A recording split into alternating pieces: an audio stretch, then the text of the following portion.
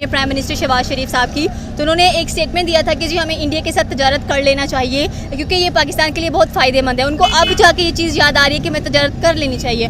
दूसरी तरफ देखा जाए तो नरेंद्र मोदी साहब ने एक स्टेटमेंट दिया, बड़ा हार्श दे दिया कि जी पाकिस्तानी अवाम यूज़लेस है, पाकिस्तान भी यूज़लेस है, तो मैं ऐसे यूज़लेस कौम के साथ ट्रेड क्यों करूँ। क्या कहना चाहते हैं कि नरेंद्र मोदी सही स्टेटमेंट दे रहे हैं? भाईजान देखें, मोदी का तो स्टेटमेंट से मैं बिल्कुल इत्तेफाक करता हूँ। मोदी की स्टेटमेंट बिल्कुल नहीं सही कि पाकिस्तान यूज़लेस कौम है। पाकिस्तान में बड़ा पोटेंशियल है। अगर हम एक कोलैबोरेशन डील उनके साथ करें और अगर हम उनके साथ ट्रेड करें तो दोनों कंट्रीज़ को बेनिफिट है। बात करते चले इस वक्त अपने प्राइम मिनिस्टर की, जिन्होंने ये स्टेटमेंट दिया था कुछ दिन पहले कि हमें इंडिया के साथ तजारत करनी चाहिए, ताल्लुकात बहाल करने चाहिए, लेकिन Indian prime minister Narendra Modi साहब ने एक बड़ी हार्श स्टेटमेंट दे दी कि पाकिस्तान यूज़लेस है, उसके लोग यूज़लेस हैं, मैं क्यों उसके साथ तजारत करूँ। तो आपको लगता है कि पाकिस्तानी अवाम सच्ची में यूज़लेस है और मुल्क भी? जो इस वक्त कंडीशन है उस हिसाब से तो यूज़लेस ही है। वो लोग मेरे से चांद पे जाने की शायद बातें कर रहे हैं और हम यहाँ पे मेरे ख्याल से कोई झंडा लगाने की बातें कर रहे हैं 40 करोड़ की। आवाम हमारी भूखी है। तो इस तरह के जो काम है मेरे ख्याल से यूज़लेस कौमें करती हैं। जो कौमें आगे बढ़ने की सोच रखती हैं वो इस तरह के काम नहीं करती। नमस्कार दोस्तों, जय हिंद। आपका स्वागत है आपके और हमारे यूट्यूब चैनल सरवा डायलॉग्स में। दोस्तों एक और वीडियो लेकर हाजिर हुए हैं। वीडियो है टीम स्वैग की, पाकिस्तान का यूट्यूब चैनल है, जिसका टाइटल है कि भारत के प्रधानमंत्री ने पाकिस्तानियों को यूजलेस बोला। दोस्तों मुझे तो ऐसा कोई बयान श्री नरेंद्र मोदी जी का पता नहीं है कि उन्होंने हाल फिलहाल में पाकिस्तान के लोगों को यूजलेस बोला हो। नहीं, मुझे तो लगता है कि टीम स्वैग का प्रोपेगेंडा है अपनी वीडियो हटकराने के लिए। चलिए दोस्तों वीडियो देखते हैं। वीडियो के बाद आप कमेंट करना और कमेंट करने के बाद हम टीम स्वैग की टीम को भी करेक्ट करेंगे कि हमारे प्रधानमंत्री ने ऐसा कोई बयान नहीं दिया। चलिए दोस्तों वीडियो देखते हैं, आइए। ऐसी है, वो लोग मेरे से चांद पे जाने की शायद बातें कर रहे हैं और हम यहाँ पे मेरे ख्याल से कोई झंडा लगाने की बातें कर रहे हैं 40 करोड़ की। आवाम हमारी भूखी है। तो इस तरह के जो काम है मेरे ख्याल से यूज़लेस कौमें करती हैं। जो कौमें आगे बढ़ने की सोच रखती हैं वो इस तरह के काम नहीं करती। इंडिया अपने बच्चों को पढ़ाता है, आगे लेकर चलता है, लेकिन हमारे यहाँ पर नारे होते हैं कि जी हमने दुश्मन के बच्चों को पढ़ाना है, खुद के बच्चे बेशक मर जाएं। बिल्कुल आप ठीक कह रही हैं, इसी तरह ही है। हम लोग मतलब कुछ भी नहीं है हमारे। आप देख लें एजुकेशन सिस्टम देख लें, जो गरीब का बच्चा पढ़ रहा है वो अमीर का बच्चा नहीं पढ़ रहा। क्वालिफ़िकेशन इक्वल नहीं है हमारे सबके लिए। तो बिल्कुल इसी तरह ही है हमारी क्वालिफ़िकेशन में, मतलब हम नीचे होने की वजह से ओवरऑल हम अपने दुश्मन मुल्क से बहुत ज़्यादा पीछे हैं।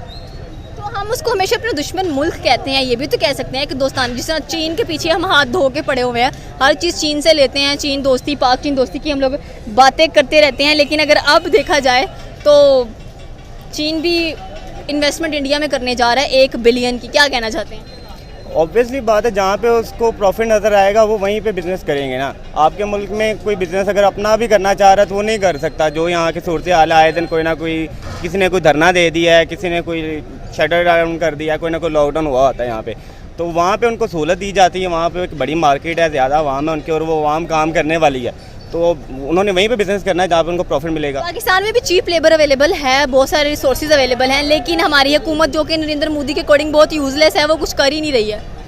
हाँ, तो बिल्कुल आप ठीक कह रही हैं ना कि मतलब यहाँ पे जो जितना सरमाया है, जितना दिया जा रहा है कमाने वाले को, वो उससे अपने एक्सपेंस, वो नहीं एक्सपेंस हमारे ज़्यादा हो चुके हुए हैं और जो हमारी सोर्स ऑफ इनकम है वो बहुत ज़्यादा कम हो चुकी है। इस वजह से गुर्बत फैल रही है और वो डे बाई डे बढ़ती जाएगी।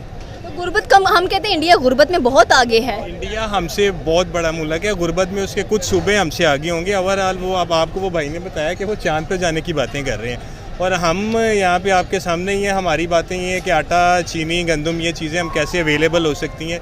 तो huge difference between us and India. हम यूज़लेस हैं, इंडिया यूज़फुल है क्योंकि वो चंद्रयान 4 भी बनाने जा रहा है, जो कि जापान की मदद से बनाएगा और चांद पर जाएगा। मतलब हम इतने यूज़लेस है कि हम खुद कुछ बना, लेकिन हाँ चांद बना रहे हैं 40 करोड़ का, काफ़ी अच्छी बात है हमारे लिए। और इंडिपेंडेंस डे पर तो ये सबसे बड़ी खुशखबरी हमें मिलने वाली है और वर्ल्ड रिकॉर्ड कायम करने वाले हैं। अगर उस रिकॉर्ड से कुछ 4 लोग खाना खा सकते हैं, आपके मुल्क की आवाम उसको 2 वक्त की रोटी मिल सकती है, तो फिर तो इस तरह के रिकॉर्ड आप बनाएं। जब वो रिकॉर्ड यूज़लेस हैं, अवाम और ये कौम यूज़लेस नहीं है। इस तरह के रिकॉर्ड और इस तरह के एफ़र्ट, जो यूज़लेस चीज़ें हैं उसमें एफ़र्ट करने का कोई फ़ायदा नहीं है। आप उन चीज़ों में एफ़र्ट करें, उन चीज़ों में अपनी आवाम को अवेयरनेस दें जिनमें इनको कुछ आउटकम मिलेगा। इन चीज़ों का कोई फ़ायदा ही नहीं है। इस तरह के कई रिकॉर्ड पहले भी पड़े हुए हैं, उनका क्या फ़ायदा मिल रहा हमें? कुछ भी नहीं। आप क्या सोच रहे हैं कि 14 अगस्त आने वाली है, 15 अगस्त को इंडिया कह लेंगे, उससे कुछ दिन बाद ही बड़ी स्मूथ लैंडिंग करने वाला है मून पर उनका जो स्पेस क्राफ्ट है, और हम यहाँ पर दुश्मन के बच्चों को पढ़ाएंगे, झंडा बनाएंगे, या कोई नई इनोवेशन लेकर आ रहे हैं मुल्क में? हम कुछ भी नहीं कर रहे हैं। हमने क्या करना है, हमने एज़ यूजुअल बातें करनी है और बातें करने के बाद हमने क्रिटिसिज्म करना है और उसके बाद कुछ भी नहीं, एज़ यूजुअल चीज़ें ऐसी रहनी है जैसी हैं। हमारे लिए यही बहुत बड़ी खुशी की बात है, 14 अगस्त की छुट्टी के साथ एक छुट्टी ऐड हो गई है, हमारी यही खुशी है, वरना हमें और कोई खुशी नहीं मिलनी। ये शुक्र है कि इस छुट्टी के साथ एक छुट्टी ऐड हो गई है, तो एक दिन रेस्ट मिल जाएगा। वो भी उनके लिए है जिनकी कंफर्म सैलरीज हैं, जो बेचारे रोज़ बरोज़ कमाने वाले हैं, को मजदूर वगैरह, उनके लिए ये भी मसला है कि एक दिन और एक्स्ट्रा छुट्टी का ऐड हो गया। अदरवाइज़ है तो नज़र तो कुछ नहीं आ रहा। बाकी अल्लाह पाक से दुआ है कि इस मुल्क का और इस मुल्क के अवाम का बेहतर हो। पहले हमारे जो प्राइम मिनिस्टर साहब हैं उनका एक स्टेटमेंट आया था जिसमें उन्होंने ये बात की थी कि जी हमें इंडिया के साथ ताल्लुकात बेहतर करने चाहिए, एक तजारती मौका फ्राहम करना चाहिए, तजारत खोल देनी चाहिए। लेकिन अब नरेंद्र मोदी साहब ने रिप्लाई किया, कहा कि हम आपके साथ क्यों तजारत करें, आपके पास क्या है ऐसा, एक यूज़लेस कौम, एक यूज़लेस मुल्क हो आप, तो हम कैसे आपके मुल्क में तजारत कर सकते हैं या आ सकते हैं। क्या कहना चाहते हैं इस चीज़ को लेकर कि इतनी बड़ी इंसल्टिंग बात कर गए हैं वो हमारे लिए। जैसा कि आप जानते हैं कि 1960 की बात है कि हम इंडिया से आगे थे, लेकिन आस्ता आस्ता इंडिया हमसे आगे निकल गया, हम पीछे से पीछे जाते रहे, हमने उसका पीछा भी नहीं किया ना उसके पीछे गए।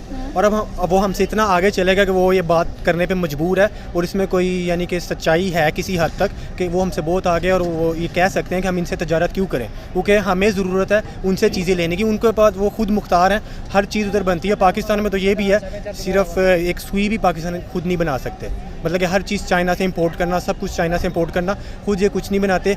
इसलिए ये मजबूर हुए हैं हम इंडिया ये बात करने पे, क्योंकि उनको पता है कि चाइना के बगैर पाकिस्तान की अपनी कोई शनाख्त नहीं है। आप क्या कहना चाहते हैं? इन्होंने बात बिल्कुल सही किया है कि चाइना के बगैर पाकिस्तान की अपनी कोई शनाख्त नहीं है। अदरवाइज हम सिर्फ मैप पे नज़र आ रहे हैं लेकिन किसी कंट्री के लिए हम अच्छे साबित नहीं हो पा रहे। एग्जैक्टली भाई, बिल्कुल ठीक कह रहे हैं। देखें, हम लोग उनसे हर डिपार्टमेंट में पीछे हैं। अगर आईटी की बात कर लें, मेडिकल की बात कर लें, ओवरऑल भी हम कहीं भी कम्पीट नहीं कर रहे। तो ऑब्वियस सी बात है, जब एक ऐसा कंट्री है जो बाकी सब कंट्रीज़ के साथ भी इतना वो कर रहा है, तो वो तो फिर ये बात बोलेगा।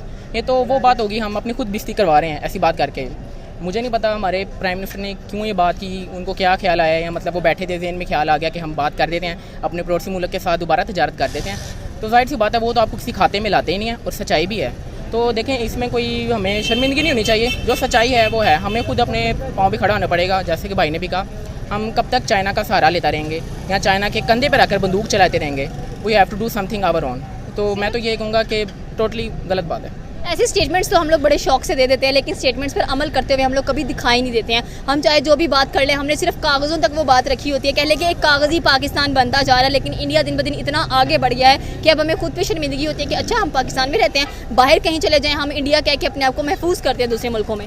बिल्कुल सही कह रही है। मैं आपको एक बात इससे याद कराता हूँ। आपको याद होगा लास्ट ईयर जब पाकिस्तान अपनी 75th कर रहा था बर्थडे सेलिब्रेट, उस पर पाकिस्तान ने अपना जो कौमी तराना था उसको रीमेक किया था, जबकि दूसरी तरफ इंडिया ने इलेक्ट्रिक कार बनाई थी। तो आप यहाँ से लगा लें सोच का डिफरेंस या माइंड का डिफरेंस कि हम लोग अभी तक उन पुरानी चीज़ों में घुसे हैं, लेकिन इंडिया काफ़ी तक आगे निकल चुका है। इस साल भी हमें झंडा मिलने वाला 40 करोड़ का। हाँ, वो ऐसा ही है। वो बड़ी पोस्ट मशहूर हुई है कि इन्होंने IMF से कर्जा लिया, अब झंडे को पैसे लगा रहे हैं, खाने के पैसे नहीं है, कर्जा वापस करने तक के पैसे नहीं है, बस ले के प्रोटोकॉल पूरे कर लें, गाड़ियाँ ख़रीद लें सरकारी मुलाजमीन के लिए, बस इस हद तक ही रह गए। अशरफिया के तौर पर ये मुल्क बस चल रहा है कि जब तक अशरफिया चलेंगे मुल्क चलेगा, जिस दिन अशरफिया बैठ गई मुल्क बैठ गया। तो मतलब देखिए, 40 करोड़ का झंडा, 40 करोड़ के झंडे के लिए हम IMF से लोन लेते फिर रहे हैं, साथ में गाड़ियों का प्रबंध किया जा रहा है। यही बात अगर हम करें तो अपने एजुकेशनल पर्पसेस के लिए, एजुकेशनल फंड्स के लिए जापान से फंड लेते फिर रहे हैं। बिल्कुल सही बात है। और आपको मैं आज एक और चीज़ भी हो रही है, वो प्राइम मिनिस्टर यूथ प्रोग्राम कोई स्पोर्ट्स से रिलेटेड ही, तो उधर भी सेम चीज़ यही है, मशहूरी हो रही है, मीन्स के पॉपुलैरिटी हो रही है, वही सीधी सी बात, वही जो हम सुनते आ रहे हैं। तो मतलब कुछ भी नहीं कर रहे, सिर्फ आपने भी जैसे कहा कागज़ी हद तक हम सिर्फ है, हमारा कंट्री सिर्फ मैप पे बना हुआ नज़र आता है, वरना इसकी अपनी कोई आइडेंटिटी नहीं है इंटरनेशनल। इंडिया ने जिस तरह से अपनी आइडेंटिटी बनाई है, अपने आप को मनवाया है, जिस तरह से काम किया है, वो नज़र भी आता है। उनका डिफेंस मजबूत है, डिफेंस के अंदर बनी हुई चीज़ें अपने मुल्क में खुद बनाते हैं, लोगों से बाइकआउट करते जा रहे हैं, कुछ इंपोर्ट नहीं कर रहे हैं, सिर्फ एक ही बात करते हैं कि लोकल चीज़ें होनी चाहिए, हमारे मुल्क में चीज़ें बने, हमारे लोगों को फ़ायदा हो और यहाँ पर जॉब अपॉर्चुनिटीज़